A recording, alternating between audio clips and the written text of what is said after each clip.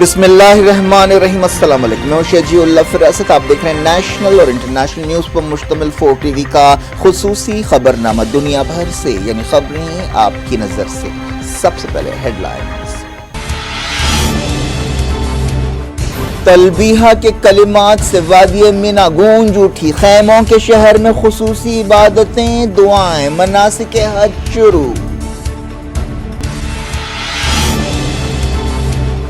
حاجی ہفتے کو عرفات میں قیام کریں گے، لاکھوں مسلمان خوشگوار احساس سے دوچار، کئی جذباتی ہو گئے، فلسطینی بھی شامل۔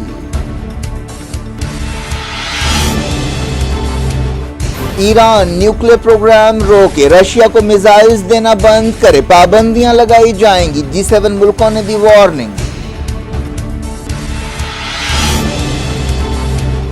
اٹلی میں G7 سمٹ جاری، مودی نے Zelensky, Macron, Rishi Sunak, Giorgia Meloni اور دوسروں سے کی ملاقاتیں۔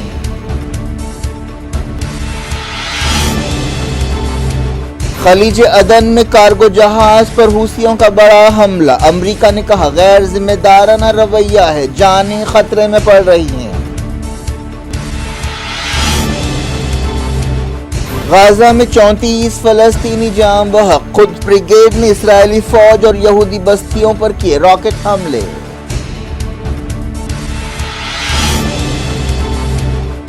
لبنان پر حملہ کریں گے تو جہنم کا سامنا کرنا پڑے گا، ایران نے دی اسرائیل کو وارننگ، تناؤ کم کرنے کے لیے فرانس کی تجویز۔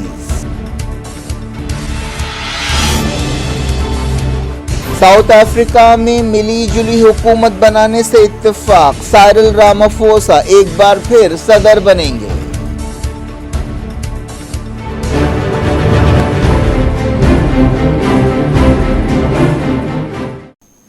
ہیڈ لائنز آپ نے دیکھی، اب خبروں کی تفصیل کی طرف آپ کو لیے چلتے ہیں۔ سب سے پہلے بات کرتے ہیں حج کی۔ لبیک اللہم لبیک، لبیک لا شریک لک لبیک، ان الحمد والنعمت لک والملک لا شریک لک، لبیک اللہم لبیک، لبیک لا شریک لک لبیک۔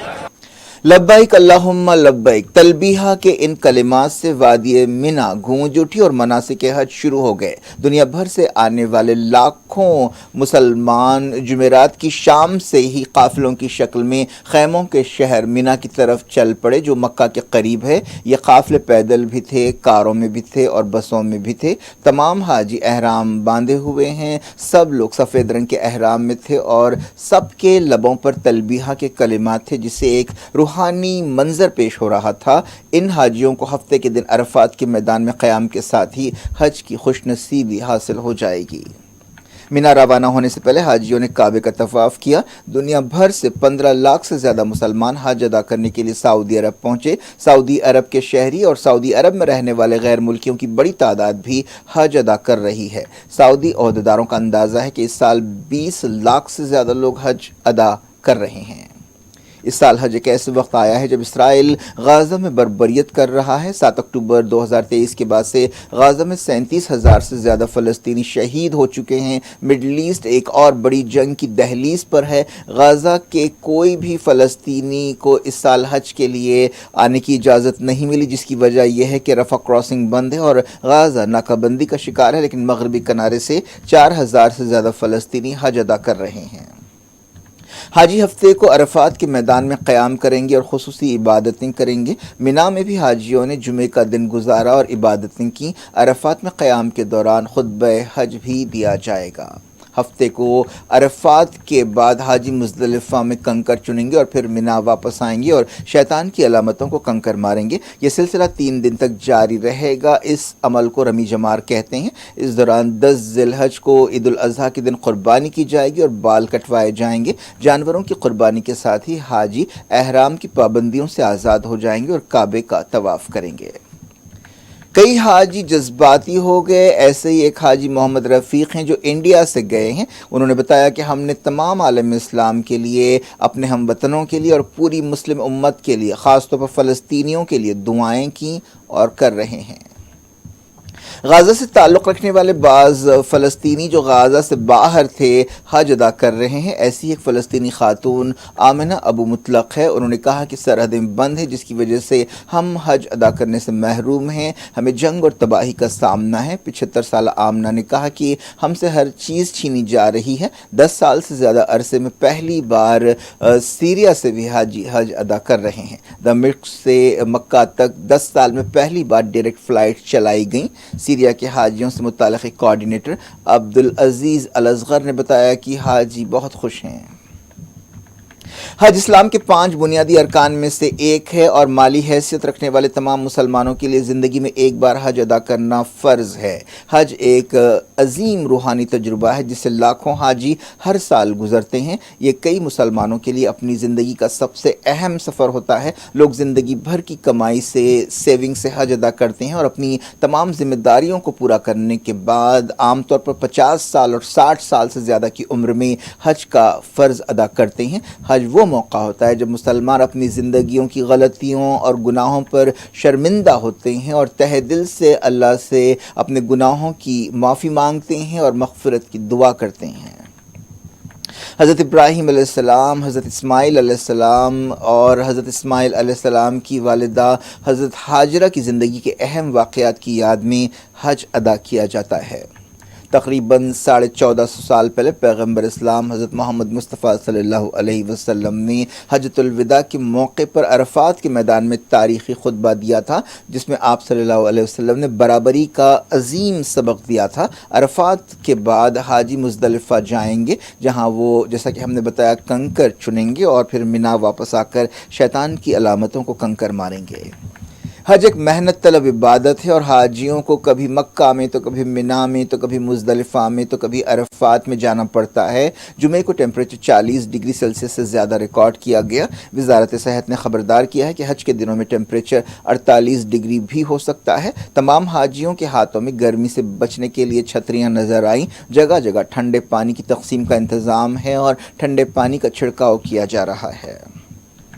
سعودی عہدیداروں نے حج کے موقع پر خصوصی انتظامات کیے. خاص طور پر عازمین کو گرمی سے بچانے کے لیے انتظامات کیے گئے اور انہیں گائیڈ لائنز جاری کی گئیں. سعودی عہدیداروں نے مکہ کے اطراف چیک پوائنٹس قائم کیے ہیں اور ان لوگوں کو روکا جا رہا ہے جو غیر قانونی طور پر حج ادا کرنے کے لیے پہنچ رہے ہیں جن کے پاس پرمٹ نہیں ہے. ایسے لوگوں پر سخت جرمانے لگائے جا رہے ہیں. بعض کیسز میں جیل کی سزاؤں کی بھی گنجائش رکھی گئی ہے. ایسے کئی لوگوں کو گرفتار کیا گیا ہے. سعودی حج سیکیورٹی کمپنی کے چیف لیفٹیننٹ جنرل محمد الباسی نے یہ بات بتائی. انہوں نے کہا کہ لوگوں کو دھوکہ دے کر غیر قانونی طور پر لانے والوں کے خلاف بھی سخت کارروائی کی جا رہی ہے اور انہیں 6 مہینے کی جیل کی سزا کا سامنا کرنا پڑے گا.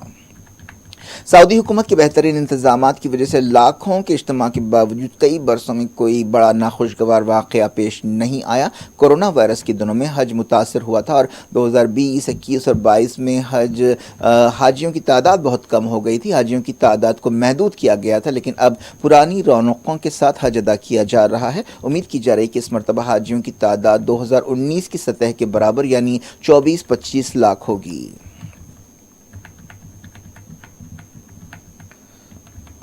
G7 ملکوں نے ایران کو نیوکلیر پروگرام جاری رکھنے کے خلاف خبردار کیا ہے. G7 ملکوں کی میٹنگ اٹلی میں ہو رہی ہے. G7 دنیا کی 7 بڑی معاشی طاقتوں کا ایک فورم ہے. G7 نے کہا کہ اگر ایران رشیا کو بیلسٹک میزائلز دے گا تو اس کے خلاف سخت کارروائی کی جائے گی اور پابندیاں لگائی جائیں گی. G7 ملکوں نے ایک بیان جاری کیا جس میں کہا گیا کہ ایران سے ہمارا مطالبہ ہے کہ وہ اپنے نیوکلیر پروگرام کو محدود کرے، یورانیم کو افزودہ کرنے کی سرگرمیاں بند کرے. حالیہ عرصے میں ایسی خبریں آئی ہیں کہ ایران نے یورانیم کی افزودگی کی شرح بڑھا دی ہے اور وہ نیوکلیر ہتھیار بنانے کے قریب پہنچ گیا ہے. G7 نے کہا کہ ایران کو سنجیدگی سے بات چیت کرنی چاہیے اور ہمیں یقین دلانا چاہیے کہ اس کا نیوکلیر پروگرام پرامن ہے. IAEA کے ساتھ اسے تعاون کرنا چاہیے. ایران کا کہنا ہے کہ اس کا نیوکلیر پروگرام پرامن مقصدوں کے لیے ہے.